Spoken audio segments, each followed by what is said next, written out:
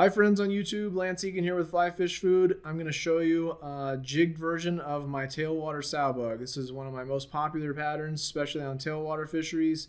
It's great anywhere you have sowbugs or even scuds. This is a jigged version, so it'll work well as a dropper below dry, or if you want to throw it on a Euro nymph rig, it's perfect for that too. Alright, let's get tying this tailwater sowbug. So it's worth noting this is the tungsten version. You could, and it's a jigged tungsten version, you could also tie this on a standard hook that's not jigged, and you can tie them without a bead at all. So the original tailwater sow has no bead.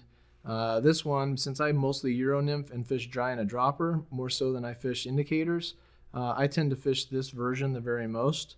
I like it on the jig hook, and I like the slotted bead. So with that in mind, I have a Hanik 400 in the vise. This is a size 16. It's my favorite go-to jig hook.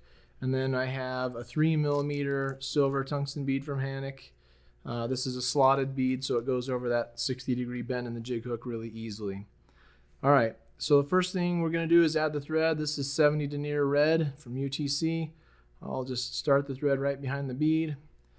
And one thing you can do with this fly, there's a couple of variations I do. Sometimes when I'm feeling a little like I have extra free time, I suppose, I add a little Coq de Leon tail.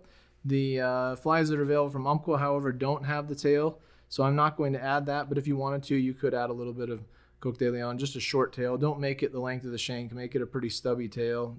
Sowbugs don't have a long, like mayfly style tail.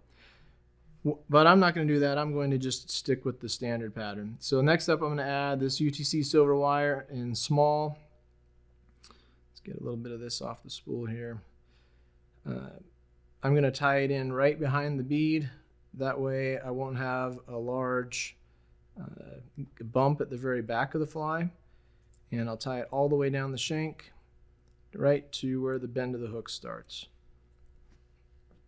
Okay, so we have, I like to capture the wire right in the little slot there to hold it in place, and then just wrap it right down the top of the shank. And then we're going to add our dubbing, which is rainbow sow scud dubbing.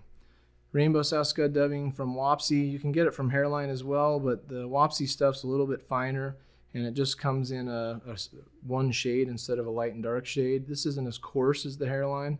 You could use either one, but I think you'll find that this is easier to dub, and I like the color a little bit better in the Wapsi product.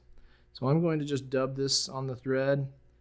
As always, less dubbing is more. You don't want too much of this. We're going to end up teasing the dubbing out, which is why this is kind of a coarse dubbing. But we're going to make a little bit of a dubbing noodle, and then I'm just going to start wrapping this up, building a bit of a body. So I'll taper it slightly, but not too much. I mostly keep it about the same. It looks like I need just one more pinch of dubbing on here. This is a pretty easy tie.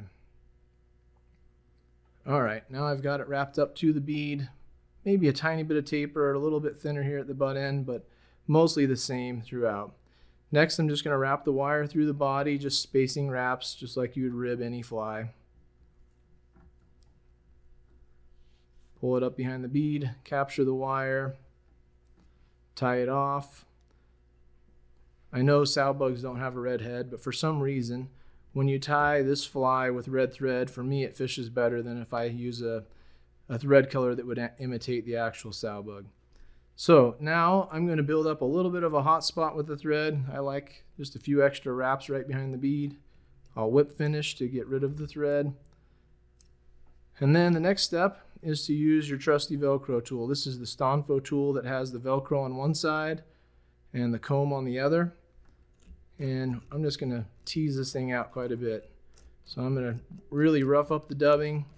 I basically mostly tease it from the bottom to the top, pulling from both sides. You can see I've really teased that out quite a bit. And then once I've teased it out to the sides, then I'm going to kind of comb it to either side. Like that. Okay. Then the last step is to pull these fibers with your fingers to really move them to the sides, so it's pretty flat top and bottom. And then I'm going to give these a little bit of a haircut to make them a little more reasonable length, but keep some of that shape. So I'm just trimming them on the sides, And then I often go right down the back and trim it there as well. I've got one long one here I'm going to get rid of, one long one here. But otherwise, it's got kind of a little more oval profile. And this can be buggy. This doesn't need to be tightly dubbed. And then the last step is to add some permanent marker. This is a sepia colored marker, and just basically touch the back of the fly to make a dark segment. So a lot of sow bugs have scud back or flash or something like that down the back of them, and that works well. This is faster and more durable, and it leaves a little bit slimmer profile on the fly. So you don't have to have an extra material that's building up bulk, and you don't have something that's not very durable like a raffia or something that will just get pulled off the fly after a few fish anyway. That's it. Add a little bit of permanent marker down the back, silver wire, the magic rainbow sow scud dubbing, and you have a tungsten jigged tailwater sow bug.